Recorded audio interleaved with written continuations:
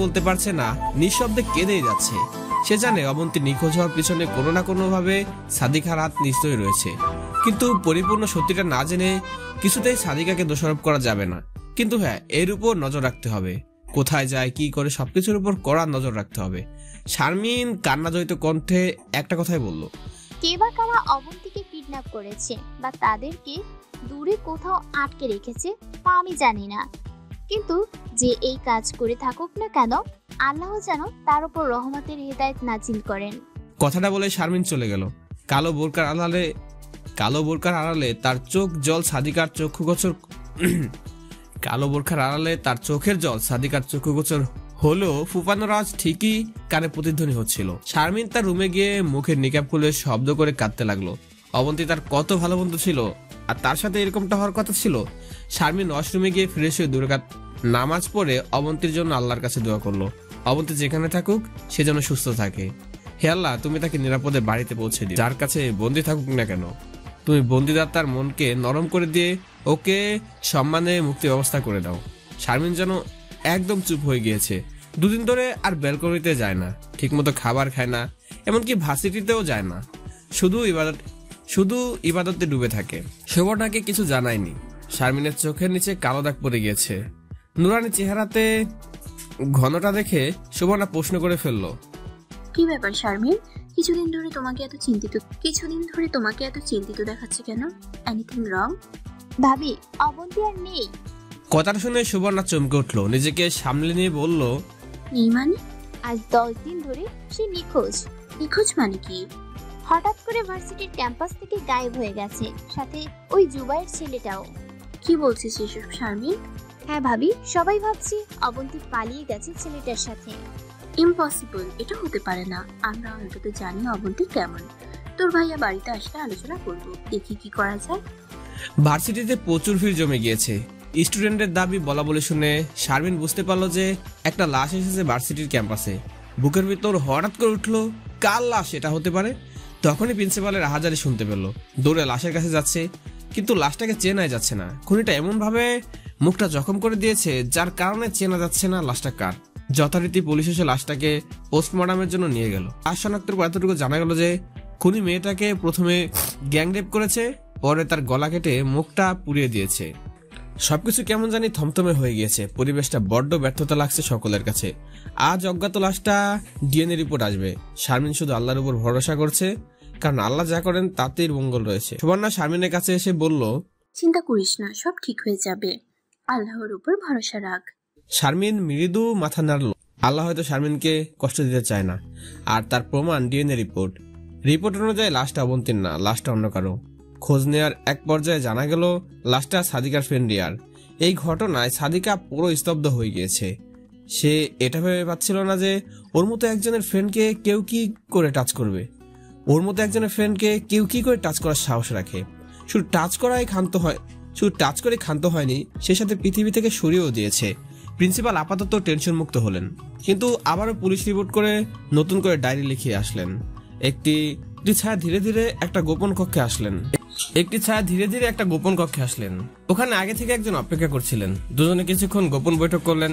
তারপর ধীরে ধীরে ছায়া দুটি রুম থেকে চলে গেল। শারমিন ও সুবর্ণা বাসার ছাদের উপর বসে আছে। তখন পিছন থেকে কেউ একজন তাদেরকে জড়িয়ে ধরলো। পিছন দিকে তাকিয়ে দেখলো কালো বোরকা পরিহিত কেউ একজন। শারমিন প্রশ্ন করলো, কে আপনি? মহিলা মুখে নিকাব খুলে সালাম দিল। সাথে সাথে সালামের জবাব দিয়ে শারমিন জড়িয়ে ধরে বলল, কোথায় ছিলি এতদিন অবন্তী? কে তোকে ধরে নিয়ে গেছিল? হঠাৎ ঘুম থেকে জেগে গেল শারমিন। এতক্ষণ তাহলে স্বপ্ন দেখছিল? অবন্তীর নিখোঁজের পুরো 12 দিন পর এরকম স্বপ্ন দেখলো শারমিন। বিছানা থেকে উঠে বসলো। এটা স্বপ্ন কিসের? এই স্বপ্নটা কিসের ইঙ্গিত করেছে? ভাবতে ভাবতে রুমের লাইট জ্বালিয়ে দেওয়ালের ঘড়ির দিকে তাকিয়ে দেখে রাত 2টা বাজে। এখন তো তাহাজ্জুদ নামাজ পড়ার সময়। রাত 12টা থেকে রাত 3টা পর্যন্ত তাহাজ্জুদ নামাজ পড়ার শ্রেষ্ঠ সময়। তাহাজ্জুদ নামাজ অনেক ফজিলতপূর্ণ ইবাদত। রাসূলুল্লাহ সাল্লাল্লাহু আলাইহি ওয়াসাল্লাম তার জীবনে কখনো তাহাজ্জুদ কাজা করেনি। তাছাড়া এই নামাজের ব্যাপারে পবিত্র কোরআনে মহান আল্লাহ তাআলা ইরশাদ করেছেন, এবং রাতে কিছু অংশে তাহাজ্জুদ পড়তে থাকো। এই নামাজ তোমার জন্য আল্লাহর অতিরিক্ত ফজল ও করম। শীঘ্রই আল্লাহ তোমাদের উভয় জগতের মর্যাদা ভূষিত করবেন। যারা নিয়মিত তাহাজ্জুদ নামাজ পড়ে তাদেরকে মুহসিন ও মুত্তাকিন নামে ডাকা হয়। তাদেরকে আল্লাহর রহমত এবং আখিরাতে চিরন্তন সুখ সম্পদের অধিকারী বলে আখ্যায়িত করা হয়েছে। নিশ্চয় মুত্তাকি লোক বাগবাগিচা এবং ঝর্ণার আনন্দ উপভোগ করতে থাকবে এবং যে যে নিয়ামত তাদের প্রভু তাদেরকে দিতে থাকবেন সেগুলো তারা গ্রহণ করবেন, কারণ নিঃসন্দেহে তারা এই পর্বে মুহসিন ছিলেন। রাতে ঘুম থেকে ওঠা মনকে দমিত করার জন্য খুব বেশি কার্যকর এবং সে সময় কোরআন পাঠ বা জিকির একেবারে যথার্থ। যে ব্যক্তি ঘুম থেকে উঠে তাহাজ্জুদ নামাজ পড়ে এবং নিজের স্ত্রীকে ঘুম থেকে জাগিয়ে নামাজ পড়ায়, এমনকি সে যদি না জাগে তাহলে তার মুখে খানিকটা পানি ছিটিয়ে দেয় এবং একসাথে নামাজ পড়ে, তাহলে আল্লাহ তার উপর রহমত বর্ষণ করতে থাকে। অনুরূপ ভাবো, যে নারী ঘুম থেকে জেগে তাহাজ্জুদ নামাজ পড়ে এবং নিজেদের স্বামীকে জাগিয়ে নামাজ পড়ায়, যদি সে না জাগে তাহলে তার মুখে পানি ছিটিয়ে জাগিয়ে নামাজ পড়ায়, তাহলে আল্লাহ তার উপর রহমত বর্ষণ করতে থাকেন। তাহাজ্জুদ নামাজের ফজিলত কতটা বেশি আশা করি তা আমরা বুঝতে পারলাম। সকালবেলা আলো ফোটার পর শারমিনের কাছে একটা ফোন আসে, যেটা শুনে তার মলিন মুখটাকে খুশির জ্বরে পানামন্ত করে দেয়। সুবর্ণা কাছে গিয়ে বলে তার খুশির কারণ। অবন্তী এবং জুবাইর দুজনকে পুলিশ একটা পুরনো বাড়ি থেকে উদ্ধার করেছে এবং অপহরণকারী ধরা পড়েছে। তারা পুলিশ কাস্টডিতে আছে। সুবর্ণা রুমে গিয়ে জাহিদকে বলল, জানো, একটা খুশির খবর আছে। জাহিদ হসপিটালে যাওয়ার জন্য তৈরি হচ্ছিল। পাঞ্জাবি পরে টুপি হাতে নিল আর বলল, আলহামদুলিল্লাহ, এসব মহান আল্লাহর দয়া, বুঝলে? ঠিক বলছো। জাহিদ সুগন্ধি লাগিয়ে বলল, তাহলে আজ থেকে ভার্সিটিতে যাওয়া কন্টিনিউ করো। আচ্ছা। জাহিদ প্যান্ট পরে পায়ের গোড়ালি বাহির করে ভাঁজ করে নিল, জুতা পরে চলে যাচ্ছিল। দরজার কাছে গিয়ে আবার ফিরে আসলো। তারপর সুবর্ণা কপালে একটা চুমু দিল। সুবর্ণা প্রত্যুত্তর মুচকে হাসি দিল। শারমিন তাড়াতাড়ি করে রেডি হয়ে সুবর্ণাকে ডাক শুরু করলো, ভাবি, ও ভাবি, কোথায় তুমি? তাড়াতাড়ি আসো। এই তোমাকে বলে আসছি, তুই দাঁড়া। সুবর্ণা তার শাশুড়ি জাকিয়া বেগমের কাছ থেকে বিদায় নিয়ে ভার্সিটিতে রওনা দিল। কলেজে গিয়ে সুবর্ণা প্রিন্সিপালের কাছে জানতে চাইলো, অবন্তী কি আজকেও একা আসবে? না, ড্রাইভার নিয়ে আসবে। ও আচ্ছা, আমরা তাহলে যাই। সালাম দিয়ে ক্যাম্পাসে চলে আসলো। বেশ কয়েকদিন ধরে সাদিকার সারা শব্দ নেই। রিয়া হত্যার পর থেকে ওরা চুপ হয়ে আছে। শারমিন দিন রাত তার জন্য আল্লাহর নিকট হেদায়েত প্রার্থনা করে। ঠিক 9টার সময় অবন্তী চলে আসলো। আসার পরে শারমিন আর সুবর্ণাকে জড়িয়ে ধরলো। শারমিন অবন্তীকে মন ভরে দেখে নিল। তারপর অবন্তীকে বলল, ভাইয়ের বিয়ে আগের দিন খুব দ্রুত বাড়ি থেকে ভার্সিটি ফিরছিলাম, তখন জুবাইরের সাথে দেখা। ও যেহেতু বাড়ি যাচ্ছিল তাই আমরা একসাথে বাড়ি যাচ্ছিলাম। পথে যে নির্জন জায়গাটা পড়ে সেখানেই একটা সাদা গাড়ি এসে আমাদের সামনে দাঁড়ায়, আর গাড়ি থেকে দুটো লোক নেমে আমাদের মুখে ক্লোরোফর্ম ধরে অজ্ঞান করে নেয়। তারপর জ্ঞান ফিরলে দেখি আমরা একটা ভাঙা বাড়িতে বন্দি অবস্থায় আছি। ছেলেগুলো বাবার কাছে ফোন দিয়ে অনেক টাকা মুক্তিপণ চাইতো। তারপর কি হলো? আর বাবা পুলিশের মাধ্যমে মোবাইল ফোনের লোকেশন ট্র্যাক করে আমাদেরকে উদ্ধার করে। আর লোকেরা তোকে আর জুবাইরকে সন্দেহ পর্যন্ত করেছিল, কিন্তু আমরা বিশ্বাস করিনি। লোকেরা তো কত কথাই বলবে, কিন্তু আমি জানি জুবাইরের মনে কোনো পাপ নেই। অবন্তী কথাটাকে ভেঙচি কেটে পিছন থেকে সাদিকা এসে বলল, হ্যাঁ, জুবাইর তো নিষ্পাপ, আর তাই তো তোমরা একসাথে এতগুলো রাত দিন পার করছো, তাই না? চুপ, মুখ সামলে কথা বলো, নয়তো ওই মুখ আর মুখ থাকবে না। থাকো, ওই কলঙ্কিনীর মুখ আর ধমক দিও না। ভুলে যেও না, তোমার বান্ধবী কিন্তু একরাশ কলঙ্ক নিয়ে দুনিয়া ছেড়েছে। তাছাড়া সঠিক তথ্য না জেনে কাউকে কলঙ্কিনী বলবে না। বন্ডি, সব রেশারেশি হিংসা ঘৃণা ভুলে গিয়ে দিনের পথে ফিরে এসো, পর্দা করো, এসব পোশাক ছিঁড়ে বোরখা পরো। চুপ থাকো, ওই কলঙ্কিত মুখে আর ধমক দিও না। তোমার ভাষণ শুনে আমার কাজ নেই। তোর পর্দা মানুষকে কি নিরাপত্তা দিতে পারে সেটা আমার জানা আছে। আমার বান্ধবী রিয়াও কিন্তু পর্দা করত, আমার বান্ধবী রিয়াও কিন্তু বোরখা পরতো, কোথাও গেলে হিজাব দিয়ে মুখ ঢেকে যেত। তবু কি সে কুকুরদের হাত থেকে রেহাই পেয়েছে? পায়নি, বরং পাগলা কুকুরগুলো ওর শরীরের মাংস ছিঁড়ে ছিঁড়ে খেয়েছে। শারমিন কোমল কণ্ঠে বলল, হ্যাঁ, বোরখা পরতে, তবে সেটা রঙিন। হিজাব পরে মুখ বাঁধতো, তবে চোখ দুটি খোলা রাখতো। চোখ খোলা রাখবে না তো বেঁধে রাখবে? বেঁধে রাখবে না, আবার খোলাও রাখবে না। মানে হলো এই যে, চোখ খোলা রেখে চোখে মাস্কারা, লেন্স, কাজল, মেকআপ দিয়ে এমন ভাবে সাজায় যে চোখ দেখেই হাজারটা ছেলে পাগল হয়ে যায়। তখন যদি তার মুখে হাজারটা ব্রণ থাকে তবুও। কি বলতে চাইছিস তুই? বলতে চাই যে এখনকার মেয়েরা যেই রকম পর্দা করে, এটা কি পর্দা? পর্দার ভেতর পড়ে। আজকালকার যুবতীদের বোরকা হিসাব মানে হলো বিরিয়ানির বক্সের ভেতর তুলে রাখা, বক্সে খানিকটা ছিদ্র করে বিড়ালের সামনে মেলে ধরা। বিড়াল কি তখন চুপ থাকবে? বিরিয়ানির গন্ধ পেয়ে হয়তো সরাসরি থাবা বসিয়ে আক্রমণ করে প্যাকেটটা খুলে ফেলবে, নয়তো প্যাকেটটা খোলার নানান তালবাহানা খুঁজে বেড়াবে। যখন বিরিয়ানির প্যাকেট খুলে ফেলবে তখন বিড়ালের অপরাধ হয়ে যাবে। তোমরা কেন বোঝো না? বনের চিতাকে হরিণের মাংসের প্রতি দুর্বল করে সৃষ্টি করা হয়েছে, তেমনি পুরুষদের নারীর প্রতি দুর্বল করে সৃষ্টি করা হয়েছে। কোরআনে তো ছেলেদের চক্ষু সংযত রাখার কথা বলা হয়েছে সর্বপ্রথম। তাছাড়া ছেলেরা যা ইচ্ছা করুক, তুমি তোমার জায়গা থেকে ঠিক থাকলে সব ঠিক। তুই চুপ থাক, নষ্ট মেয়ে একটা। কথাটা শুনে অবন্তী রেগে যেতেই শারমিন ওকে থামালো, তারপর তাকে বুঝিয়ে ক্লাসে নিয়ে গেল। শারমিন এবং সুবর্ণা বাড়ি ফিরলো। সুবর্ণা ফ্রেশ হয়ে খাবার গরম করতে যেতেই জাকিয়া বেগম বলল, খাবার গরম করে খেতে হবে না বা, তোরা গিয়ে বস, আমি খাবার গরম করে নিয়ে আসছি। সারাদিন বসেই ছিলাম, এখন তোরা খুব ক্লান্ত। তাছাড়া শারমিন ভার্সিটি থেকে আসলে আমি তো খাবার গরম করে দিতাম। কিন্তু মা, আমি তো পারবো। থাপ্পর খাবি একটা, যা গিয়ে বস। শারমিন যেমন আমার মেয়ে তেমনই তুইও আমার মেয়ে। শারমিনের ক্লান্তি থাকতে পারে, তোর পারে না? সুবর্ণার চোখ দিয়ে আনন্দের অশ্রু প্রবাহিত হলো। এদিকে সাদিকা এবং তার দলের মেয়েরা অবন্তীকে আর জুবাইরকে নিয়ে নানা কথা প্রচার করে ভার্সিটি। এদিকে সাদিকা এবং তার দলের মেয়েরা অবন্তীকে আর জুবাইরকে নিয়ে নানান কথা প্রচার করে ভার্সিটি জুড়ে। কেউ প্রতিবাদ করছে না। শারমিন যদিও কিছু উপদেশ দেয়, সাদিকাকে কিন্তু টিকতে পারে না, তিরস্কার আর গালিগালাজ করে তাড়িয়ে দেয়। অবন্তীর বাবা প্রিন্সিপাল এটা নিয়ে খুব চিন্তিত। সবাই তার দিকে আঙুল তুলছে। প্রিন্সিপাল স্যার চিন্তায় দু চোখ এক করতে পারছে না। অবন্তীও মনে শান্তি পাচ্ছে না। অবন্তীকে দেখতে এসেছে পাত্রপক্ষ। পাত্রের বাবা অবন্তীকে দেখে অবন্তীর বাবাকে বললেন, তাহলে সামনের সপ্তাহে শুক্রবারের বিয়ের ডেট ফাইনাল। আলহামদুলিল্লাহ। বিয়ের কেনাকাটা শুরু হয়ে গিয়েছে। অবন্তী হ্যাঁ না কিছুই বলেনি, এমনকি পাত্রকেও দেখেনি। শুধু শুনেছে পাত্রের নাম নূর ইসলাম, পানি উন্নয়ন বোর্ডের ম্যানেজার পজিশনে রয়েছে। পারিবারিক অবস্থাও খুব ভালো। দুই ভাই আর এক বোনের মধ্যে নূর ইসলাম মেছো, তার বড় ভাই ইমরান ইসলাম একটা প্রাইভেট কলেজের প্রফেসর, আর সবার ছোট বোন, তার নাম তাসনিয়া তাসু। এবার এসএসসি দিবে। নিশ্চয় এসএসসিতে গোল্ডেন এ প্লাস পাবে। শারমিন সহ সবাই জেনে গিয়েছে বিয়ের কথা। শারমিনদের বাড়িতে আজকে কোনো হাসি খুশির ভাব নেই। সুবর্ণা এবং জাকিয়া বেগমের মাঝে ঝগড়া হয়েছে সকালেই, তাই দুজন দুদিকে মুখ গোমরা করে বসে আছে, কারোর সাথে কথা নেই। ঝগড়ার মূল কারণ হলো ফিরে দেখা ঝগড়ার সিন।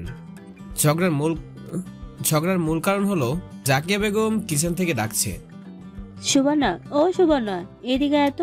হ্যাঁ মা, এই তো এক্ষুনি আসছি। কিচেনে আসার পর সুবর্ণা জাকিয়া বেগমকে বলল, হ্যাঁ মা, কি লাগবে বলো, এক্ষুনি এনে দিচ্ছি। তোর কিছু করা লাগবে না, খেয়ে ভার্সিটি চলে যা। শারমিন আর জুবাইরকে ডেকে নিয়ে আয়। সুবর্ণা গিয়ে শারমিন আর জুবাইরকে ডেকে আনলো। সবাই খেতে বসছে, তখন জুবাইর বলল, মা, তরকারি কে রেঁধেছে? কেন বাবা, ভালো হয়নি? তোমাদের মাঝে আমি আসলাম কি করে? চুলটা তোমার না হলে ভাবির। শারমিন, মায়ের মাথার চুল, পাকা চুল দেখ তুই। আমি বুড়ি? না মা, সেটা বলিনি। একদম মিথ্যা বলবি না। মা, আপনি বুঝতে পারছেন না। এই হলো শুরু। জাহেদার শারমিন মুখ টিপে টিপে হাসছে। এবার আসেন বর্তমানে। বিকেলবেলায় সুবর্ণা আর তার শাশুড়ি ছাদে দুপাশে বসে আছে না খেয়ে। আজ যদি নিজের মেয়ে হতো তাহলে কখনো না খেয়ে রাখতো না। আজ যদি নিজের মা হতো তাহলে জোর করে খাওয়াতো। ছাদে আসলো জাহেদ আর শারমিন। জাহেদ বলল, কথার জন্য বিয়ে করতে চাইনি, জানতাম পরে মেয়ে এসে আমার মাকে কাঁদাবে। না, বিয়ে কর বলে মাথাটা খাচ্ছিলে, এবার হলো তো কর। পুত্র চেহারা দেখো। কেন সুবর্ণাকে ভাবি করে এই বাড়িতে আনলাম? শেষ করতে জাকিয়া বেগম বলে উঠলো, তোদের কত বড় সাহস আমার মেয়েকে এসব বলিস? মা, আপনি এদেরকে আচ্ছা মারেন। আমাদের মামির মাঝখানে এরা নাক গলাবে কেন? যার জন্য কলম চুরি সেই বলেছ। এই জন্য গুণীজন বলে অন্যের ভালো করতে নেই। ওরা তুমুল ঝগড়া করবে, তার মাঝে তুমি আর আমি কিছু বললেই ওরা ওদের ঝগড়া ভুলে আমাদের পিছনে লাগবে। ঠিকই বলছিস, চল, এখানে থাকা আমাদের জন্য নিরাপত্তাই। ভাইয়া চলো। ওরা চলে গেল। জাকিয়া বেগম বলল, সুবর্ণা, এইদিকে আয়। সুবর্ণা কৃত্রিম অভিমান করে বলল, আমি যাব না, তুমি আমাকে অনেক বকেছো। বকেছে পেশ করেছি। মা ভালোবাসতে পারে আবার বকতেও পারে। এখন এদিকে খাইয়ে দিব। বিয়ের ডেট কবে? সামনের সপ্তাহে। কি করে? জব করে। নামাজ পড়ে? তাহলে অমত করিস না, বাবা মায়ের মনে কষ্ট দিবি না।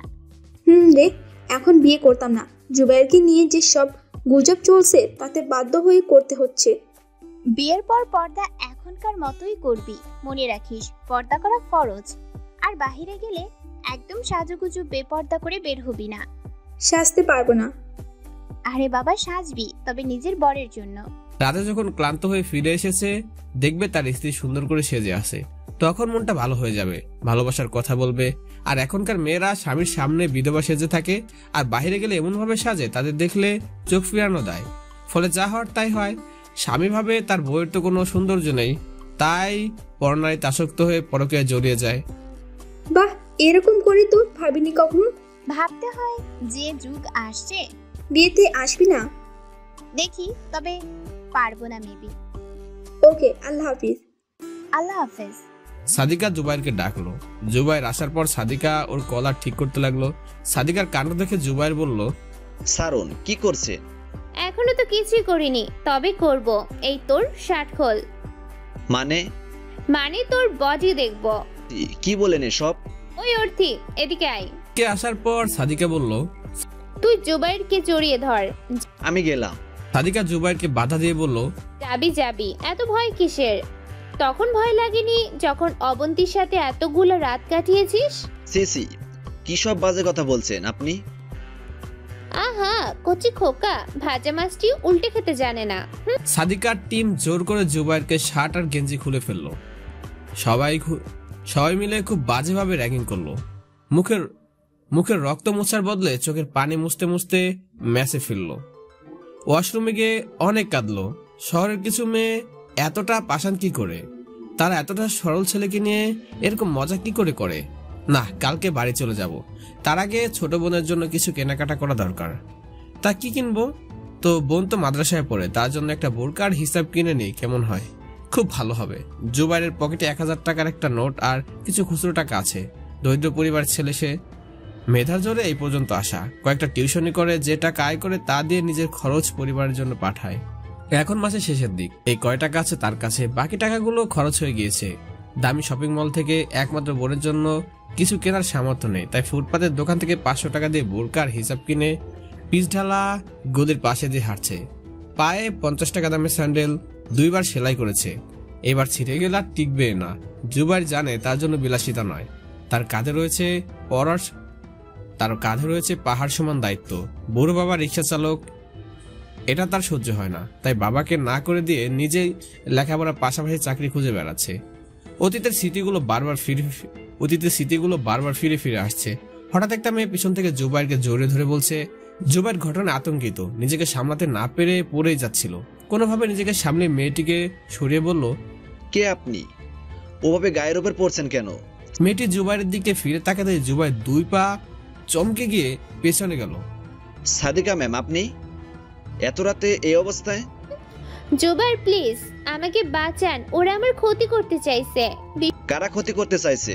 আপনি যেখানে ছেলেদেরকে ছাড় দেন না, ঠিক সেখানে ওরা করবে আপনার ক্ষতি? খুবই হাস্যকর কথা।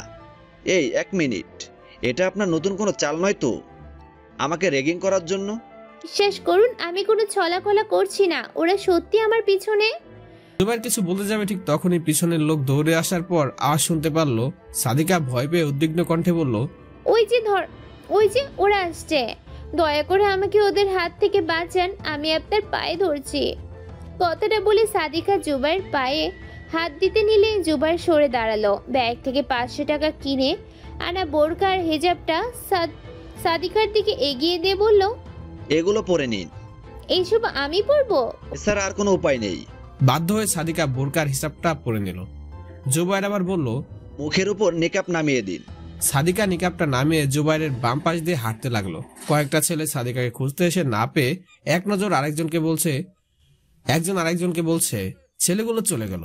জুবাইর বলে উঠলো, ওরা কারা আর আপনাকে তাড়া করছে কেন?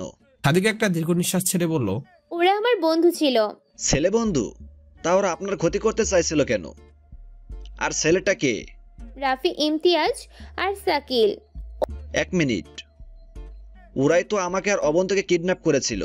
ওরা রিয়ার কথায় আপনাদেরকে কিডন্যাপ করেছিল। মানে আমি রিয়ার কি ক্ষতি করেছিলাম? বলছি দাঁড়ান। রিয়া আপনাকে ভালোবাসতো আর ইমতিয়াজ পছন্দ করত অবন্তীকে। একদিন ইমতিয়াজ প্রপোজ করেছিল, কিন্তু অবন্তী রিজেক্ট করে দিয়েছিল। সেই থেকে অবন্তীর উপর রাগ জমতে থাকে ইমতিয়াজের। সেই অপমানের শোধ তুলছিল অনেকদিন ধরে। আর রিয়া যেহেতু আপনাকে পছন্দ করতো, তাই আপনাকে একটা প্ল্যান সাজায়। আপনাকে কোথাও আটকে রেখে রিয়ার সাথে আপনার বাজে ছবি তুলে ব্ল্যাকমেল করে আপনাকে বিয়ে করতে চেয়েছিল। আর ইমতিয়াজ একই ভাবনা ভেবেছিল অবন্তীকে বিয়ে করার জন্য। ওরা এই ডিল ফাইনাল করতে একটা পরিত্যক্ত বাড়িতে আলোচনায় বসছিল। আপনাদেরকে পচানোর জন্য এই প্ল্যান? কিন্তু রিয়া ম্যাডাম কি করে? আপনাদেরকে আজকে রাখার পর হঠাৎ করে রিয়ার মন পরিবর্তন হয়ে যায় আর ও আপনাদেরকে ছেড়ে দিতে চায়। ইমতিয়াজের বাধাকে উপেক্ষা করে যখন ও আপনাদেরকে ছেড়ে দিতে মাফ চাওয়ার মনস্থির করে, তখনই ইমতিয়াজের ফাইনাল খেলে। ওর সব বন্ধুরা মিলে রিয়াকে। শান্ত হন। আর ওরা নিজেদের মাঝে এসব কথা নিয়ে এক পর্যায়ে ওরা আমাকে ধরতে আসে। এর পরেটুকু আমি জানি, সম্মানী লোকের মান আল্লাহ অবশ্যই রাখেন। রিয়া যে পরিকল্পনা করেছিল আমাদেরকে নিয়ে, সেই পরিকল্পনাটা ওর জীবনে বাস্তবে রূপ নিয়েছে।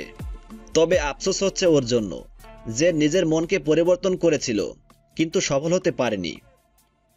চলো থানায়। রিয়া তো শাস্তি পেয়েছে, এবার ওদের শাস্তি দেওয়া দরকার। আপনার সাথে অনেক খারাপ ব্যবহার করেছি, প্লিজ আমাকে ক্ষমা করে দিন। আপনি যে আপনার ভুল বুঝতে পেরেছেন, এটাই অনেক। অন্যদিকে অবন্তী শারমিনের কাছে কল দিয়ে বলল, শারমিন, শুনছিস খবর? কি খবর? আর জুবাইরকে যারা আটক করে রেখেছিল তারা নাকি রিয়ার খুন করেছে। কি বলিস? হ্যাঁ, ওই ভার্সিটির বড় ভাই ওরা। পুলিশ ওদেরকে ধরে নিয়ে গেছে। আলহামদুলিল্লাহ, খুনির বিচার হোক। কলেজে আসবি? যাব। কলেজে আসার পর অবন্তী শারমিনকে বলল, শারমিন, সাদিকাকে দেখছিস কতটা চেঞ্জ? বোরকা পরেছে। তাই তো দেখছি। যাই হোক, আল্লাহ ওনাকে হেদায়েত দিয়েছে, এটাই অনেক। শারমিন, আমাকে মাফ করে দাও। এতদিন তোমাদের সাথে কত মিসবিহেভ করেছি। ঠিক আছে, আমরা কিছুই মনে করিনি। আমার সাথে বন্ধুত্ব করবে? হ্যাঁ, অবশ্যই। ইতিমধ্যে অবন্তীর বিয়ে হয়ে গিয়েছে। শ্বশুর বাড়িতে এসে চুপচাপ বসে আছে। পাশে তার ননদ তাসু বসে একা একা কথা বলে যাচ্ছে। ভাবি, আমার ভাইয়াকে দেখে রেখো, ও কিন্তু অনেক নরম মনে মানুষ।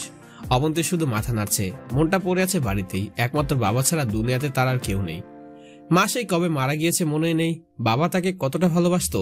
একবার হাত কাটা যাওয়াতে তার বাবা কেঁদে দিয়েছিল। অবন্তীর কষ্ট ভেবে তিনি দ্বিতীয় বিয়ে করেনি। কত কষ্ট করে বড় করেছে। এসব ভাবতে ভাবতে কখন যে চোখের কোণে জল এসে পরিপূর্ণ হয়েছিল তা বুঝতেই পারেনি। তাসু মুখ টিপে টিপে হাসতে হাসতে চলে গেল। মেয়েটাও পারে বটে, বেশি কথা বলে, কিন্তু মনটা খুব ভালো। সাথে অবন্তীরও জমবে ভালো। হঠাৎ কারো গলার আওয়াজ পেল। তাকিয়ে দেখলো তার বর নূর ইসলাম খাম্বার মতো দাঁড়িয়ে আছে। নূর ইসলাম ঘরের দরজা লাগিয়ে দিল। অবন্তী এক ভয়ে গুটি গুটি করে বসে আছে। অচেনা ছেলে যাকে সে চিনে না, জানে না, তার সাথে এক ঘরে দিনরাত কাটাতে হবে। তার চরিত্রের সম্পর্কে তার কোনো ধারণা নেই। নূর ইসলামের কাছে আসতেই অবন্তী সালাম দিল। নূর ইসলাম সালামের জবাব দিয়ে খাটে উঠে বসলো। অচেনা বলে ভয় পাচ্ছ? একদম ভয় পাবে না। আজ থেকে তুমি আমার সহধর্মিনী। তোমার সাথে ভালো ব্যবহার করা রাসূল সাল্লাল্লাহু আলাইহি সাল্লামের সুন্নাত। উনি তার স্ত্রীগণের সাথে কখনো খারাপ ব্যবহার করেননি। অবন্তী মনে মনে খুব উঠছিল, যেমন চেয়েছে তেমন একজনকে পেয়েছে। অন্যদিকে অবন্তী শাশুড়ি রোকেয়া বেগম তাসুকে ডেকে বলল, তাসুমা, তোর বাবিকে ডেকে নিয়ে আয় তো। রুমের দরজায় টোকা দিতেই অবন্তী বের হয়ে আসলো। অবন্তী মাথা নেড়ে আসছিল, বললে তাসু চলে গেল।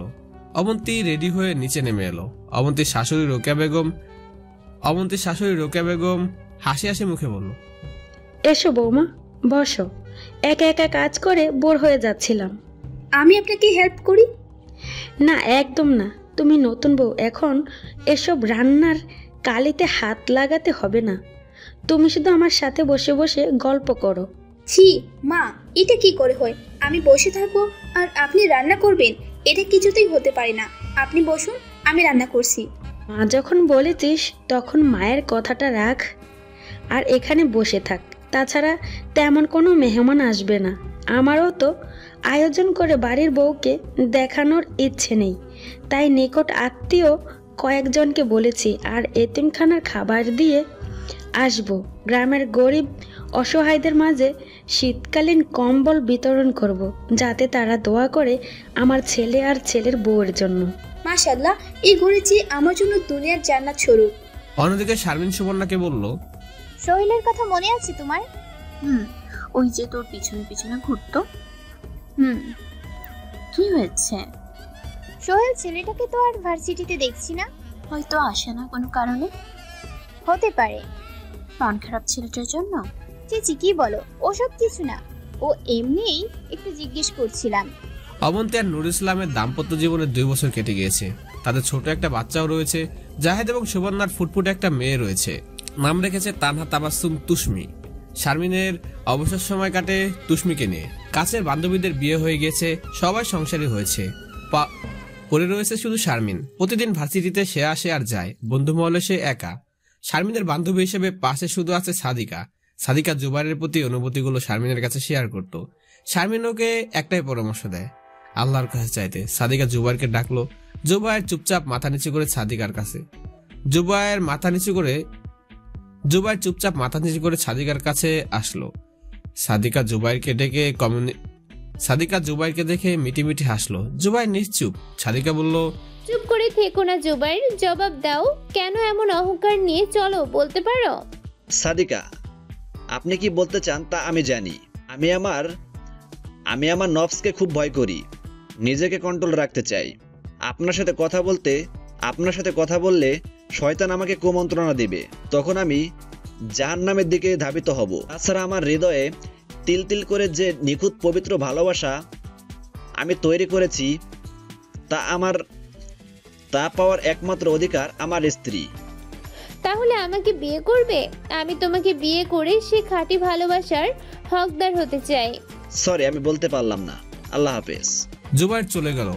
আর সে যাওয়ার পথে অস্তুসিক্ত নির্বাক হয়ে তাকিয়ে রইল সাদিকা। শারমিন সাদিকার চোখে পাড়ে দেখে জিজ্ঞেস করলো, কাঁদছো কেন? আমি কি জুবাইরকে পাবো না? ও কেন আমাকে ইগনোর করে চলে, বলতে পারো? কেঁদো না, ভালো ছেলেরা এমনই হয়, আর ফালতু ছেলেরা মেয়েদের পিছনে পিছনে ঘোরে। তুমি তোমার মনের সকল কথা আল্লাহর কাছে শেয়ার করো। আল্লাহকে বলো যেন তোমার জন্য কল্যাণকর কাউকে নির্ধারিত করে রাখে। যদি জুবাইর তোমার জন্য কল্যাণকর হয়, তবে তুমি যেন তাকে কাছে পাও। কোনো আমল আছে কি জুবাইরকে পাওয়ার জন্য?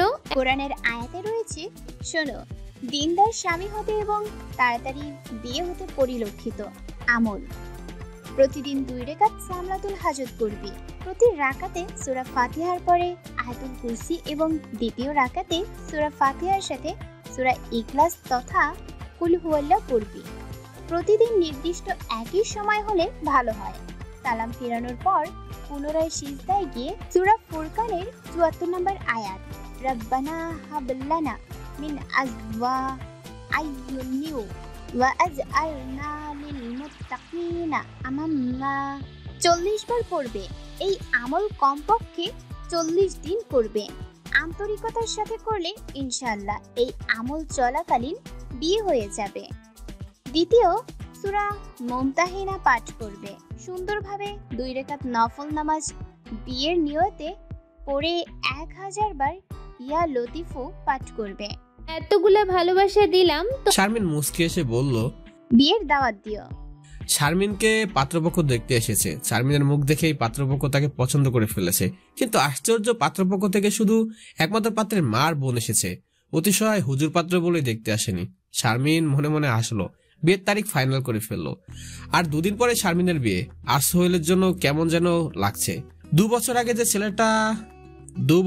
যে ছেলেটা গেল তাকে আর দেখতে পেল না শারমিন। নিজের মনকে কন্ট্রোল করতে না পেরে আল্লাহর ফয়সালাকে খুশি মনে মেনে নিলেন। নিঃসন্দেহে আল্লাহর পরিকল্পনায় মঙ্গলজনক। হয়তো সোহেল মঙ্গলজনক নয় শারমিনের জন্য, তাই সোহেলের ভাগ্যে শারমিন নেই। বিয়ের আগের দিন শারমিন ভার্সিটিতে গেল সাদিকাকে ইনভাইট করতে। সাদিকা ক্যান্টিনে বসেছিল। শারমিন পিছন থেকে সালাম দিল। সাদিকা ঘুরে তাকালো, সালামের জবাব দিয়ে শারমিন হাতের দিকে তাকালো আর বলল, তোমার হাতে ওটা কি শারমিন? আমার বিয়ের দাওয়াতনামা। তোমার বিয়ে কবে আর কার সাথে? কি আগামীকাল। আর আমি বরের কোনো ডিটেলসই জানি না, তো শুধু নাম জানি। বলছো এসব? শুধু নাম জানো? কি নাম? সাজ্জাদ রহমান। বাহ, বেশ সুন্দর নাম তো। তা দেখেছো তাকে? না, আমি তাকে দেখিনি, সেও আমাকে দেখেনি। কি বলো এসব? আচ্ছা চলো ওদিকে পুকুর ঘাটে গিয়ে বসি।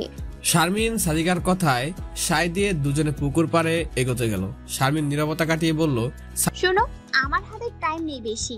এই নাও বিয়ের কার্ড, এবং কালকে তুমি অবশ্যই যাবে, কেমন? চেষ্টা করব ইনশাআল্লাহ। চেষ্টা নয়, বলো যাবে। তোমার মাকে আমি বলে দিব ফোনে। ফোন করো। সাদিকা দীর্ঘশ্বাস ছাড়ল আর বলল, মানে? নেই মানে? তোমাকে জন্ম দিতে গিয়ে মারা গেছে? ঠিক সাদিকা, আমি দুঃখিত, না জেনে তোমাকে দুঃখ দিয়ে ফেলেছি। আছে, আর তোমার কোনো দোষ নেই, সব নিয়তি। শুনেছি মা মারা যাওয়ার পর বাবা আমাকে এতিমখানায় রেখে চলে গেছিল, তারপর আর ফিরে আসেনি। সেখান থেকে এসএসসি পর্যন্ত পড়েছি। তারপর সেখানে বড় আপা আমাকে কলেজে অ্যাডমিট করিয়ে দিয়ে একটা পার্ট টাইম জব খুঁজে দিয়েছেন। কষ্ট পেও না বোন, আল্লাহ তাআলা বলেছেন নিশ্চয়ই কষ্টের মাঝে স্বস্তি রয়েছে। সূরা ইনশিরাহ। আল্লাহ কষ্টের পর সুখ দিবেন। সূরা তালাক। রাসূল সাল্লাল্লাহু আলাইহি ওয়াসাল্লাম বলেছেন মুসলিমদের যে কোনো ক্লান্তি, অসুখ, চিন্তা, শোক, দুঃখ, এমনকি তার পায়ে কাঁটাও লাগে, আল্লাহ তাআলা এর মাধ্যমে তার গুনাহসমূহ মাফ করে দেয়। সহিহ বুখারী, সহিহ মুসলিম। অতএব ধৈর্য ধরো আপু। আল্লাহ তাআলা আরো বলেছেন, হে মুমিনগণ, তোমার ধৈর্য এবং আল্লাহর কাছে নামাজের মাধ্যমে সাহায্য প্রার্থনা করো। সূরা বাকারা। আল্লাহ তোমাদেরকে কোনো কিছুর ভয়, ক্ষুধা এবং ধন সম্পদ, জীবনের ফলমূল ও ফসলাদি ক্ষয়ক্ষতি দিয়ে অবশ্যই পরীক্ষা করে আপনি ধৈর্যশীলদের শুভ সংবাদ দিন। ধৈর্যশীলগণ তারা যাদের ওপর যখনই কোনো বিপদ আপদ হয় তখন তারা বলে নিশ্চয়ই আমরা আল্লাহর এবং অবশ্যই তার নিকটে ফিরে যাব। সূরা বাকারা। এরাই হচ্ছে তারা যাদের উপর প্রতিপাদকের পক্ষ থেকে দয়া ও করুণা অবতীর্ণ হয়, আর এরাই সৎ পথ প্রাপ্ত। সূরা বাকারা। সাদিকা সব শুনে বলল, ধন্যবাদ তোমাকে এত সুন্দর বাণী শুনিয়ে অনুপ্রাণিত করার জন্য। ঠিক আছে, এবার এই নাও কার্ড। কার্ড দিতে গিয়ে থেমে গেল। সাদিকার হাতটা ধরে বলল, কার্ড নয়, তুমি আজকে এখনই যাবে আমার সাথে। এখনই? এক্ষুনি চলো। অন্যদিকে জাহেদ সুবর্ণাকে বলল, সুবর্ণা, আমি এখনই কি করে যাব? দেখো, কাল শারমিনের বিয়ে, যত বাজার করার বাকি আছে এক্ষুনি করে আনবে। যাও। নামাজটা পড়তে যাই। হ্যাঁ হ্যাঁ, তাড়াতাড়ি পড়ে নাও, যাও। জাহেদ নামাজ পড়ে তার মায়ের রুমে গেল। সালাম দিয়ে ভিতরে প্রবেশ করে বলল, মা, কি কি আনতে হবে? বৌমা বলেনি? বলেছে, তবু তুমি বলো প্লিজ। পাগল ছেলের কাণ্ড দেখো। বলো না মা, দেরি হয়ে যাচ্ছে তো। মশলা, চাল, গোস্ত ইত্যাদি। আর আমরা যে হাদিয়াগুলো দিব সেগুলো নিয়ে আসবি। আচ্ছা আম্মু, গেলাম তাহলে। শারমিন সাদিকাকে নিয়ে বাড়িতে আসলো। সাদিকা শারমিনের পায়ে হাত দিয়ে সালাম করতে নিল। শারমিনের মা তাড়াতাড়ি পা সরিয়ে নেয়। পা সরিয়ে নেওয়াতে সাদিকা খানিকটা অবাক হয়ে গেল। শারমিনের মা দু হাত দিয়ে সাদিকাকে উঠিয়ে বলল, ছি মাছি, পায়ে হাত দিয়ে সালাম করতে নেই, এটা বেধর্মীদের রীতি। এর থেকে উত্তম হবে তুমি মুখে সালাম দিবে, কেমন? আচ্ছা মা। ইস সরি আন্টি, আপনি মা বলছিলেন তো তাই মুখ ফসকে মা বলে ফেলেছি। মারবো একটা। সরি কে মা বলেই ডাকবে। সাদিকার চোখের কোণে জল জমা হয়ে গিয়েছে। একবার একজন বড় ম্যামকে মা বলাতে উনি রেগে গিয়ে সাদিকাকে থাপ্পড় মেরেছিল। এরপর সাদিকা কাউকে মা বলতে ভয় পায়। ওই যে বলে না, চুনে মুখ পোড়ালেই তো দই খেতে ভয় লাগে। শারমিনের কথায় ঘোর কাটলো। শারমিন সুবর্ণাকে বলে উঠলো, কোথায় ভাবি? ও তো ঘুমিয়েছে, তুই সাদিকাকে নিয়ে রুমে যা। শারমিন সাদিকাকে নিয়ে রুমে চলে গেল। সাদিকাকে বসতে বলে শারমিন ড্রেস চেঞ্জ করতে ওয়াশরুমে গেল। সাদিকা শারমিনের রুমটা দেখছে তাকিয়ে তাকিয়ে। একটা খাট, তার কাছে জানালার পাশে একটা টেবিল আর চেয়ার। তাকে বইগুলো খুব সুন্দর করে সাজানো, আর সাইডে একটা জগ আর একটা গ্লাস, একটা আলমারি, একটা ড্রেসিং টেবিল আর একটা বুক শেলফে অনেক বই রাখা, তার মধ্যে ইসলামিক বই বেশি। খুব পরিষ্কার আর পরিপাটি করে সাজানো। রাতে খাবার খেয়ে ওরা রুমে আসলো। ছোট ছোট পা ফেলে তখনই ঘরে আসলো দুষ্টু মিষ্টি তুষ্মি শারমিনকে বলল, ফুপি, এটা কি তোমার ফ্রেন্ড? শারমিন তুষ্মিকে কোলে তুলে নিয়ে বলল, হ্যাঁ মা, এটা তোমার আরেকটা ফুপি। আমি ফুপির কোলে যাব? সাদিকা মুচকি এসে কোলে তুলে নিয়ে গাল টিপে বলল, ওলে মামুনিটা, তুমি কত কিউট। ফুপি তুমি খুব কিউট, আর আব্বুও খুব কিউট। তাই? হ্যাঁ, আব্বু আমাকে রাজকুমারী বলে ডাকে। বাবুটা তুমি তো সত্যি রাজকুমারী। তুমি খুব ভালো, আব্বু চকলেট আনলে তোমাকে দিব। শারমিন ও সাদিকা দুজনে হেসে দিল। সুবর্ণা তুষ্মিকে ডাকলো। তুষ্মি তাড়াতাড়ি কাছে গিয়ে বলল, কি হয়েছে আম্মু? তোমার বাবা তোমাকে ডাকছে। তুষ্মি দৌড়ে জাহিদের কাছে গিয়ে বলল, এই যে মামুনি, কোথায় ছিলে তুমি? আমাকে ডেকেছো? আব্বু, ফুপির একটা ফ্রেন্ড এসেছে, খুব কিউট। কার কাছে ছিলাম? ওরে বাবা, আমার আম্মুর কত বুদ্ধি। আব্বু, চকলেট এনেছো? উফ, মনে ছিল না যে। আমি কালকেই ফুপির সাথে চলে যাব। জাহিদ তুষ্মিকে কোলে নিয়ে বলল। জাহিদ তুষ্মিকে বুকে চেপে ধরে বলল, আমা এভাবে বলো না, চকলেট এনেছি তো। বাড়ির পরিবেশ থমথমে। রাত পার হলে শারমিন নামের অতুলনীয় রত্ন বাড়ি খালি করে পরের বাড়ি চলে যাবে। সাদিকা শারমিনের মনটা ভালো রাখতে একটা গল্প করতে ব্যস্ত রাখছে। ভেতরে ভেতরে শারমিন কষ্ট পেলেও বাইরে প্রকাশ করছে না। শারমিন ওর বাবাকে খুব মিস করছে। যদি বিয়েতে আসতো। আবার ভাবে ফোনে তো কথা হয়, তাছাড়া এতদূর আসবে কি করে। তবুও তার মনটা কাঁদে। ফজরের আজান কানে যেতেই সাদিকা জেগে উঠলো। উঠে দেখলো শারমিন এখনো উঠেনি। কাঁদতে কাঁদতে অনেক রাত ঘুমিয়েছে তো, তাই এখনো জাগতে পারেনি। সাদিকা ডাকবে কি ডাকবে না ভাবতে ভাবতে দুইবার হালকা করে ডাক দিল। সাদিকা ওয়াশরুমে গিয়ে ফ্রেশ হয়ে অজু করে নিল। রুমে এসে শারমিনকে হালকা ধাক্কা দিল। শারমিন পাশে ফিরে আবার ঘুমিয়ে গেল। সাদিকা না ডেকে নামাজ পড়ে নিল। নামাজ ভাঁজ করছে, তখন তার ফোন বেজে উঠলো। ফোনের স্ক্রিনে আননোন নাম্বার ভেসে উঠেছে। কলটা রিসিভ করতে ওপাশ থেকে পুরুষ কণ্ঠে কেউ একজন সালাম দিল। সালামের জবাব দিতে ওপাশ থেকে যা শুনলো তাতে সাদিকা খুশিতে কান্না করে দিল। ফোনটা কেটে তৎক্ষণাৎ আল্লাহর কাছে শুকরিয়া জানালো। শারমিনের মায়ের রুম থেকে কোরআন তেলাওয়াতের মিষ্টি কণ্ঠ ভেসে আসছিল। সাদিকা পা টিপ টিপে ওদিকে রওনা দিল। সুবর্ণা এবং তার শাশুড়ি কোরআন তেলাওয়াত করছে। কি সুন্দর একটা সংসার, যেন দুনিয়ার বুকে একটা জান্নাতের টুকরো। শারমিনের কান্নার আওয়াজে সবার দিকে দৌড়ে গেল। সেখানে গিয়ে সাদিকা বলল, কখন উঠেছ? কাঁদছিস কেন? ঘড়ির দিকে তাকিয়ে দেখো 8টা বাজে, আর তোমরা আমাকে ডাক দাওনি কেন? আসলে তুমি অনেক রাত ঘুমিয়েছ, তাই আমার ডাকে সাড়া পাওনি। নামাজটা পড়তে পারলাম না। শয়তান আজ আমাকে পরাজিত করে দিয়েছে। আল্লাহর কাছে আমাকে গুনাহগার করে দিল। একদম না, এটা তো অনিচ্ছাকৃত। তুই কাজা করে আদায় করিনি এক্ষুনি। আল্লাহ তাআলা বলেছে, আর আমাকে স্মরণ করার উদ্দেশ্যে তোমরা নামাজ কায়েম করো।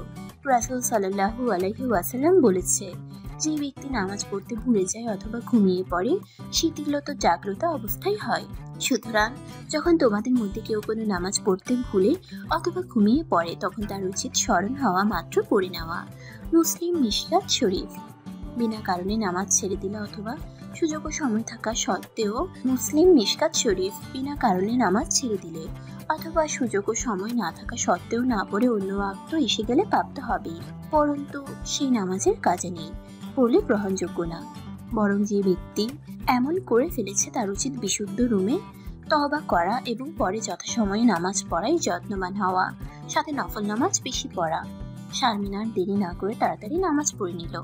সুবর্ণা সাদিকাকে বলল, সাদিকা তুমি শারমিনকে তাড়াতাড়ি সাজাও, বরযাত্রী রওনা দিয়েছে। আমি মায়ের কাছে যাই, দেখি উনি কি করছে। হ্যাঁ, তুমি যাও। সাদিকা শারমিনকে শাড়ি পরিয়ে চুলগুলো বেঁধে বিয়ের অনন্য প্রসাধনী দিয়ে বইয়ের মতো করে সাজিয়ে রাখলো। হঠাৎ করে বিদ্যুৎ চলে গেল। সবাই অন্ধকারে টর্চ খুঁজছে। সাদিকা শারমিনের দিকে তাকিয়ে বলে উঠলো, এখন তো তোকে আরো অপরূপা লাগতেছে। ইস, আমি যদি ছেলে হতাম। লজ্জায় শারমিনের দু চোখ রক্তিম বর্ণ ধারণ করলো। অন্ধকারে টের পেল সাদিকা। বিদ্যুৎ চলে এলো আর পুরো ঘর আলোয় ঝলমল করে উঠলো।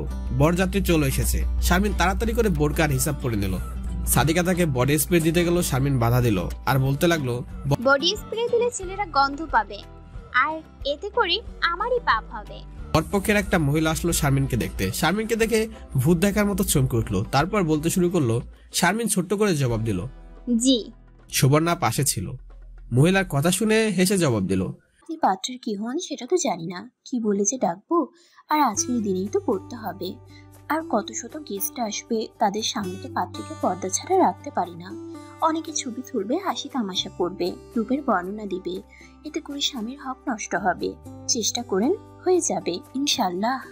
সারাদিনের ব্যস্ততার কারণে সাদিকার খুশির সংবাদ শারমিনকে জানাতে পারেনি। এখন তো আরো পারবে না। খাওয়া দাওয়া শেষ, এখন বিয়ে।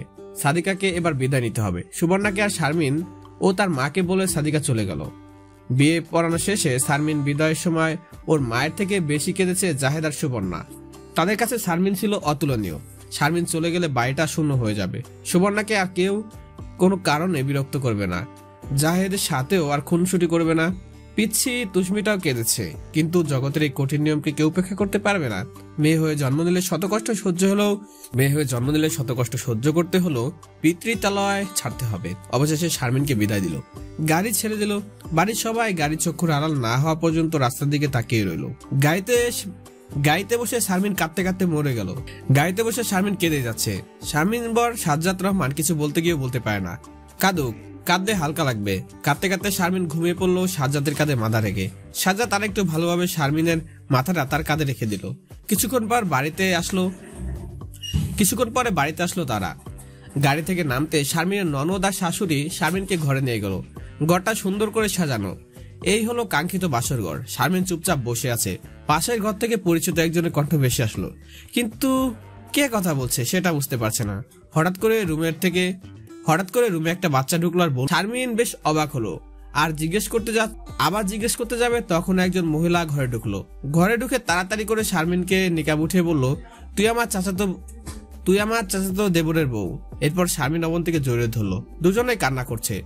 তুই তো বলেছিস তোর একটা মাত্র ভাসুর আছে। হ্যাঁ, বাট তুই আমার চাচাতো দেবরের বউ। চাচাতো হলেও আমরা একই বাড়িতে থাকি। ইচ্ছিটা কি তোর মেয়ে? আর আমি চাই আমার পিচ্ছি শারমিনেরও যেন একটা অতুলনীয় রত্ন হয়। শারমিন মৃদু হেসে দিয়ে বলল। অবন্তী আর কথা না বাড়িয়ে শারমিনকে ওয়াশরুমে নিয়ে গেল। এমনিতে অনেক রাত হয়ে গিয়েছে। শারমিনের শাশুড়ি ভাত এনে নিজের হাতে শারমিনকে খাইয়ে দিল। শারমিন সে কখন থেকে একা বসে আছে, বরের কোনো খোঁজ নেই। শারমিন মনে মনে ভেবে রেখেছে মহারানা এক অংশ মাফ করবে না, পুরো মহারানা আদায় করবে আজ।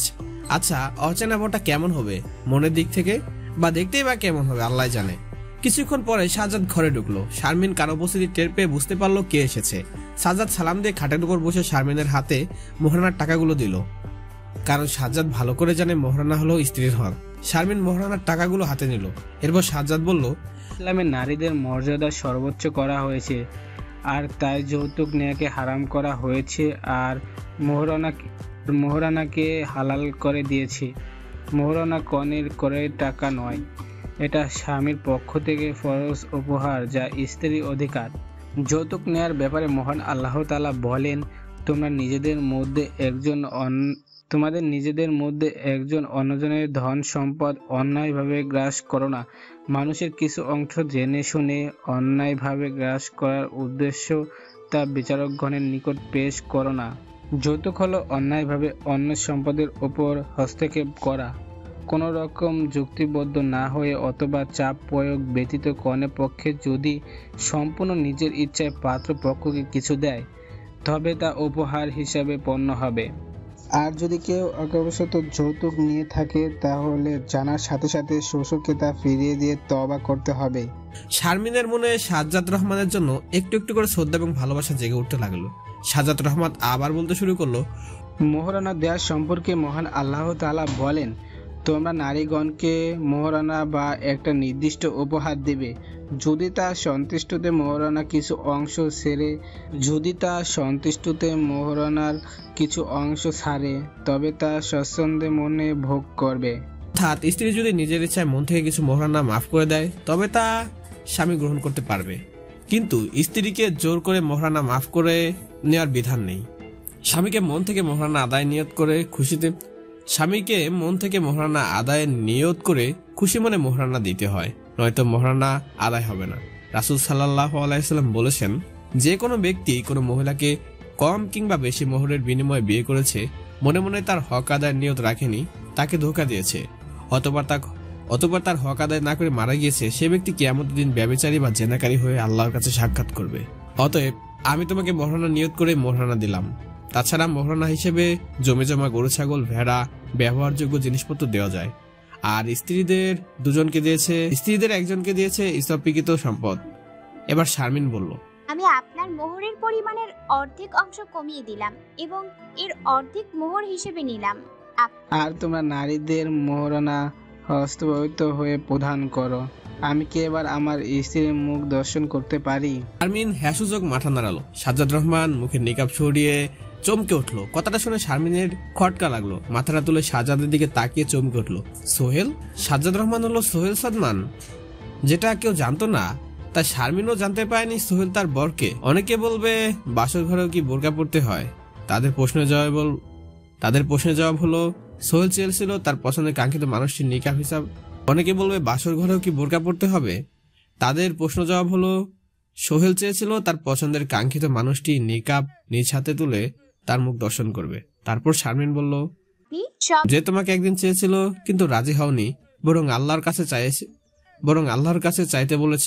আর আমি আল্লাহর কাছেই চেয়েছি। আমার সব সকালাত বিসর্জন দিয়ে আল্লাহকে ভালোবেসেছি এবং তার বিনিময়ে আল্লাহ আমাকে শারমিন নামক জান্নাত উপহার দিয়েছে। আল্লাহ দরবারে লাখ লাখ শুকরিয়া। চলো দুরাকাত শুকরানা নামাজ পড়ে আমার দাম্পত্য জীবন শুরু করি। শারমিন হ্যাসূচক মাথা নাড়ল। তারপর বোরকা খুলে যখনই ওয়াশরুমে যাবে তখনই সোহেল পিছন থেকে শারমিনের হাত ধরল। আমি কি তোমার যোগ্য হতে পেরেছি শারমিন? শারমিন সোহেলের মুখ চেপে ধরে বলল, আল্লাহর ইচ্ছা আমরা একে অপরের জন্য যোগ্য ছিলাম বলেই আজ আমরা স্বামী স্ত্রী। এজন্য হয়তো কেউ একজন বলেছিল, তুমি যদি হও হযরত আলী রাদিয়াল্লাহু তাআলার মতো ঈমান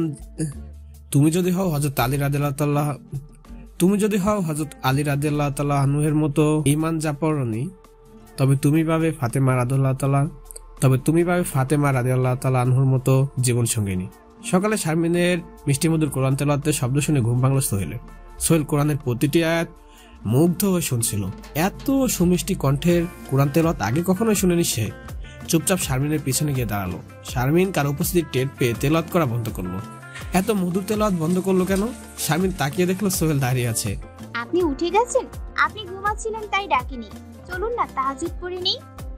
সোহেল শারমিনের দুটি হাতের আঙুল ধরে শারমিনের চোখের দিকে তাকালো। শারমিন লজ্জায় চোখ নিচে নামিয়ে ফেললো। লাল শাড়ি আর তোয়ালে পেছানো ভেজা চুল, সত্যি রূপবতী বউ লাগছে। এমনিতেই তুমি অনেক সুন্দর মাশাআল্লাহ, কিন্তু এখন আরো বেশি সুন্দর লাগছে। স্বামী লজ্জায় তাকাতে পারছিল না, তাই প্রসঙ্গ এড়াতে বলল, যান ওযু করে আসেন, নামাজ পড়বো, টাইম চলে যাচ্ছে। সোহেল শারমিনের গালে হালকা লিপ টাচ করে ওয়াশরুমে চলে গেল। ওযু করে এসে তাহাজ্জুদ নামাজ আদায় করলো। আল্লাহর কাছে মনে মনে অনেক শুকরিয়া জানালো। সোহেল যদি আজকে নিজেকে না পরিবর্তন করত তাহলে শারমিনের মতো স্ত্রীকে কখনোই পেত না। আল্লাহ তাআলা কখনো অন্যায় বিচার করেন না। তিনি বলে দিয়েছেন, তুমি যেমন তোমার লাইফ পার্টনার তেমন হবে। শারমিনকে পেয়ে সোহেল সত্যি ধন্য। আল্লাহ রাসূল সাল্লাল্লাহু আলাইহি ওয়াসাল্লাম বলেছেন, গোটা দুনিয়ার সম্পদে পরিপূর্ণ, এর মধ্যে সবচেয়ে উত্তম সম্পদ হলো পূর্ণবর্তী স্ত্রী। এর মধ্যে সবচেয়ে উত্তম সম্পদ হলো স্ত্রী। সোহেল ফজরের নামাজ পড়তে মসজিদে চলে গেল। ভোরের আলো ফুটতে শারমিন চা হাতে করে শাশুড়ির রুমে ঢুকলো। তার শ্বশুর মসজিদে গেছে, তাই শাশুড়ি 1 কাপ চা করে দিল। শারমিন দেখে তার শাশুড়ি বলল, একই নতুন বউ এত সকালে চা করতে গেলে কেন? মর্জিনাকে বলতে। মেয়ের হাতের চা মায়ের কাছে সব সময় স্পেশাল, তাই আমি আপনাকে চা করে দিলাম। শারমিনকে দেখে তার শাশুড়ি বলল। শাশুড়ি চায়ের কাপে চুমুক দিয়ে বলল, মাশাআল্লাহ, এত সুন্দর চা করতে পারো তুমি। শারমিন মুচকি হাসি দিল। অবন্তী রুমে প্রবেশ করলো। শারমিন শাশুড়িকে বলে শারমিনকে তার রুমে নিয়ে গেল। তারপর বলল, জানি শারমিন, তোকে দেখে আমার খুব হিংসে হয়। কেন? দেখ তুই কত সুন্দরী। আগে তো ভাবতাম তুই কালো ভূত, বাট যখন তোকে দেখলাম তখন তো পুরো ঠাসকি খাইলাম। শারমিন মুচকি হেসে বলল, এ তো কম না, তুই যে ওনার ভাইয়ের বউ বলিসনি তো একবারও। আমি কি জানতাম নাকি সুহেল আমার চাচাতো দেবর? তোকে খুব মিস করতাম। আমিও খুব মিস করতাম। ওদের কথার মাঝে শারমিনের শাশুড়ি শারমিনকে ডাক দিল। রাতে ডাইনিং টেবিলে খাবার সাজাচ্ছিল শারমিন ও তার শাশুড়ি। সোহেল পাশ দিয়ে মোবাইল টিপতে রুমে যাচ্ছিল। ঠিক তখনই সোহেলের মা ডাক দিল, বাবা সাজ্জাদ, খাবার খেতে আয়। বাড়ির সবাই সাজ্জাদ বলে ডাকে। সোহেল দেখলো খাবার টেবিলে ফ্যামিলির সবাই বসে আছে। আমার খাবার রুমে পাঠিয়ে দাও। এ কথাটা বলে সোহেল রুমে চলে গেল। এরপর শারমিনের শাশুড়ি শারমিনকে বলল, বৌমা, সোহেলের জন্য আর তোমার জন্য খাবার ঘরে নিয়ে যাও, তোমরা একসাথে খাবে, কেমন? শারমিন সম্মতি জানিয়ে হাতের কাজ সেরে সোহেলের জন্য খাবার নিয়ে রুমে চলে গেল। শারমিনকে দেখে সোহেল বলে উঠলো, তাড়াতাড়ি খেতে দাও, ক্ষুধা লেগেছে, সেই সকালে খেয়েছি। ওমা, আপনি তো বললেন পরে খাবেন, আর এখন ক্ষুধা লেগে গেল? তোমার হাতে খাওয়ার জন্য পরে খাবো বলছিলাম। কি? ওকে, আমি আপনাকে খাইয়ে দিব। তাহলে আর কি, সোহেল তোর বউ আজ থেকে তোকে খেতে দিবে না, তুই না খেয়ে থাক। শারমিন সোহেলের কথা শুনে মুখ টিপে টিপে হাসছে। সোহেল শুয়ে পড়বে ঠিক তখনই শারমিন বলল, নিচে আসুন, খাইয়ে দিব। সোহেল খাট থেকে নেমে ফ্লোরে মাদুরের উপর বসলো। শারমিন বিসমিল্লাহ বলে সোহেলের দিকে খাবারের লোকমা এগিয়ে দিল। সোহেল বিসমিল্লাহ বলে খেতে আরম্ভ করলো। সোহেল এবার শারমিনের দিকে খাবারের লোকমা এগিয়ে দিল। শারমিন বলল, খাবো না। কেন? বিসমিল্লাহ বলেছেন। ও সরি, বিসমিল্লাহির রহমানির রহিম, এবার নাও খাও।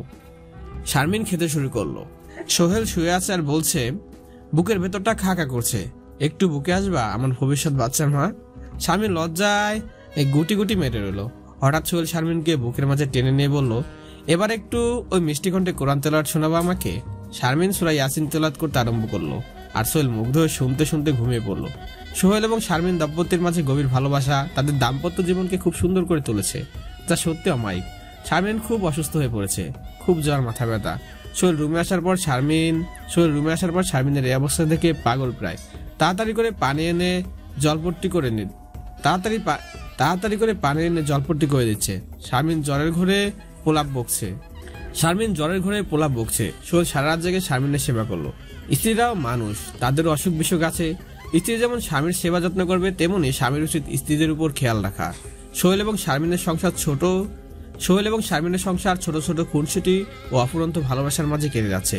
মাঝে মাঝে শারমিন সোহেলের উপর রাগ করে থাকে, আবার কখনো যদি ভুল করে সোহেল শারমিনকে ভালোবাসা দিয়ে ভুলটা শুধরে দেয়। সোহেল এবং শারমিনের বিয়ের 5 বছর, আমি এখানে ওইটা কেটে দিয়েছি হাদিসগুলো। সোহেল এবং শারমিনের বিয়ের 5 বছর কেটে গিয়েছে। শারমিনের ছোট একটা ছেলে হয়েছে। সোহেল তার নাম রেখেছে আব্দুল্লাহ আল সাইম এবং শারমিনকে ডাকে উম্মে আব্দুল্লাহ নামে। সোহেল খুব চিন্তিত হয়ে বসে আছে। শারমিন সোহেলের কাছে গিয়ে বলল, কি হয়েছে আপনার? আপনাকে এত টেনশনে দেখাচ্ছে কেন? সোহেল চেয়ার থেকে উঠে দাঁড়ালো। আমাকে কি বলা যায় না? আমাদের কলেজের একটা মেয়ের আজকে ডিভোর্স হয়েছে। কি বলছেন? প্রথম হাজবেন্ড মারা যাওয়ার পর দ্বিতীয় বিয়ে করেছে। ইস! আর জানো, মেয়েটা এই দুনিয়ায় আল্লাহ ছাড়া আর আপন কেউ নেই। কোথাও কোনো চাকরি করতে গেলে সবাই তাকে বাজেভাবে দেখে, নোংরাভাবে তাকায়। তাহলে তো মেয়েটা সেফ না। একটা কথা বলবো? মেয়েটা এখন কি করবে বলেন? বিয়ে করতে চাই। শারমিন অবাক চোখে সোহেলের দিকে তাকালো। সোহেল আবার বলল, দেখো, আমার কাছে থাকলে মেয়েটা নিরাপদে থাকবে। শারমিন আর কিছুই বলল না, এখান থেকে উঠে চলে গেল। সোহেল শারমিনের মনের অবস্থা বুঝতে পারলো। যত যাই হোক না কেন, একজন সত্যিকার নারী কখনো তার স্বামীর ভাগ তার স্বামীর ভাগ অন্য কাউকে দিতে পারে না। রাতে শারমিন সোহেলের জন্য ভাত টেবিলের উপর রেখে আব্দুল্লাহকে নিয়ে শুয়ে পড়লো। সোহেল রুমে এসে দেখলো শারমিন না খেয়ে শুয়ে আছে। সোহেলও কিছু বলল না। সোহেল কিছু না বলে না খেয়ে শুয়ে পড়লো। শারমিন সোহেলকে দেখেও না দেখার ভান করে শুয়ে রইল। সোহেল এপাশ ওপাশ করছে।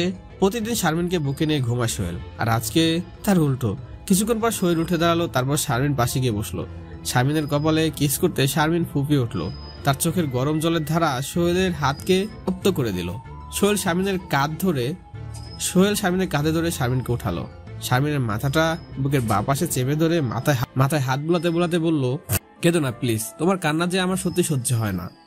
আমি শুধু তোমাকে বলেছিলাম যে এই ভেবে মেয়েটা যদি নিরাপদ আশ্রয় হবে। যদি অন্য কোথাও বিয়ে হয় তাহলে যদি অন্য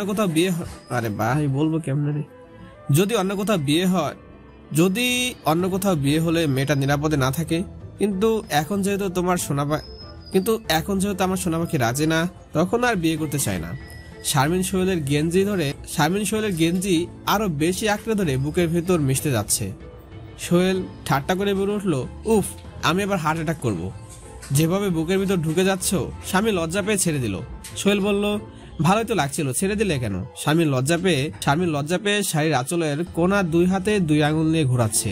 সোহেল দুষ্টুমি করে বলল, এবার একটু বেশি বউ লাগছে। শামীম মনে মনে বলল, ইস কি লজ্জা, কি লজ্জা, এবার মরেই যাব।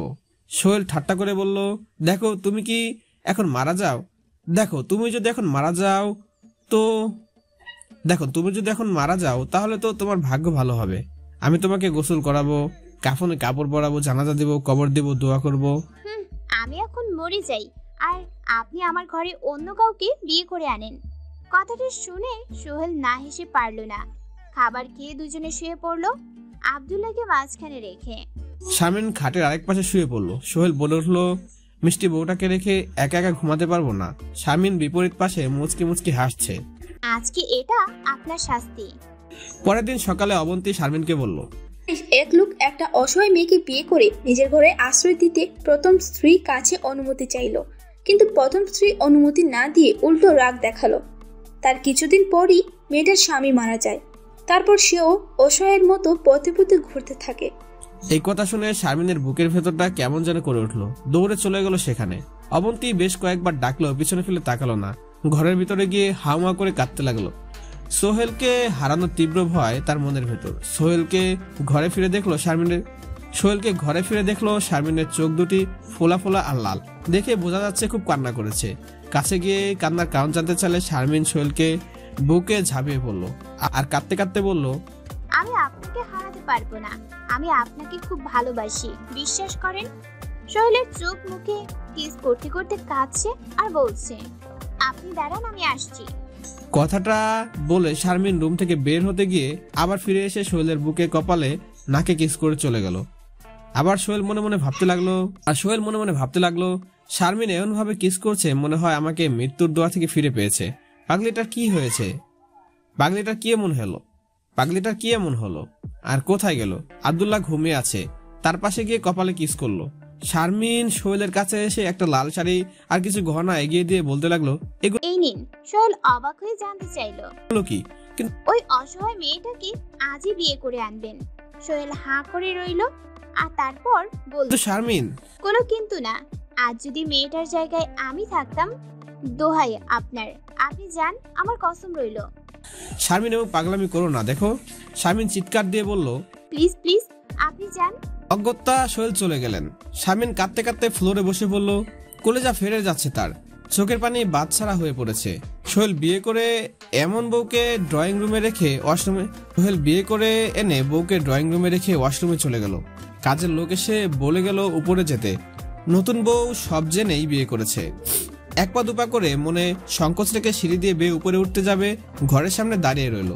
যার সাহস পাচ্ছে না। ভিতর থেকে শারমিন বলল, ভিতরে আসো। নতুন বউ ঘরে ঢুকে দেখলো তার বিপরীত দিকে ঘুরে একজন মহিলা দাঁড়িয়ে আছে, শাড়ি পরেছে, দেখতে বেশ অনেক সুন্দরী। ইনি হয়তো ওনার প্রথম স্ত্রী। তারপর নতুন বউ বলল, শারমিন সালামের জবাব দিতে দিতে পিছনে তাকিয়ে অবাক হয়ে গেল। বিস্ফোরিত চোখে তাকিয়ে বলল, সাদিকা তুমি? সোহেলের বিয়ে করে নিয়ে আসা বউটা হলো সাদিকা? সাদিকা দৌড়ে গিয়ে, আমাকে মাফ করে দাও, আমি জানতাম না উনি তোমার স্বামী। ছি ছি ছি, কি করছো? দেখো উনি যা করেছে ঠিক করেছে, আর এতে আমার সম্মতি ছিল। আর যদি তোমার জায়গায় আমি থাকতাম তাহলে? আচ্ছা, তোমার হাজবেন্ড মারা গেল কি করে? সাদিকা কাঁদতে কাঁদতে বলল, সম্পূর্ণ গল্পটাতে জুবাইর নামটা লেখা হয়েছিল, কিন্তু এখানে ব্যক্তিগত সমস্যার কারণে শুধু এতটুকু নামটা চেঞ্জ করে দিতে বাধ্য হয়েছি। জুবাইর নামটা পরিবর্তন করে গল্পে নাহিদ নামটা ইউজ করা হলো। তোমার বিয়ের দিন সকালে নাহিদ আমাকে ফোন দিয়ে বিয়ের প্রপোজাল দেয়। আমি খুশি হয়েছিলাম যে তোমাকে বলতে ভুলে গিয়েছিলাম। তারপর আমরা বিয়ের 2 বছর একসাথেই ছিলাম। একদিন রাতে নাহিদ বাজারে গিয়ে আর ফিরে আসেনি। ফিরে এসেছে তার অ্যাক্সিডেন্ট হওয়া লাশ। শারমিন সাদিকাকে বলল, কেঁদো না, আজ থেকে আমরা বোনের মতো থাকবো। কিন্তু আমি যে তোমাকে কষ্ট দিয়ে ফেললাম। চুপ, কিসের কষ্ট? উম্মুল মুমিনরা কি মেনে নেয়নি? আমাজান আয়েশা রাদিয়াল্লাহু কি কষ্ট পেয়েছিলেন? ওনার মতো জান্নাতি নারী যেখানে হাসি মুখে রাসূল সাল্লাল্লাহু আলাইহি সাল্লামের বিয়ে মেনে নিয়েছিলেন, সেখানে আমি তো কিছুই না। সাদিকা অবাক বিস্ময়ে তাকিয়ে রইল আর ভাবছে, একটা মানুষ এতটা মহান কি করে হয়? কি ভাবছো? সত্যি তুমি হুজুরের বউ। সত্যি শারমিন, তুমি হুজুরের বউ। সোহেল এতক্ষণ আড়াল থেকে সব শুনছিল। তারপর মুচকি হেসে 2 বউ বুকের 2 পাশে চেপে ধরল। হঠাৎ করে আব্দুল্লাহ তাদের মাঝখানে এসে বলল, আব্বু আমি সব শুনেছি, আজ থেকে আমার 2টা আম্মু। কথা শুনে তিনজনে হেসে দিল। সুখে থাকুক ওরা, প্রত্যেক নারী যেন শারমিনের মতো গুণবর্তী ও মহান হৃদয়ের হয়। হুজুরের বউ এমন হবে যে উম্মুল মুমিনের আদর্শ মনে করে ভিতরে জীবিত রাখবে এবং একের বিপদে আরেকজন পাশে দাঁড়াবে।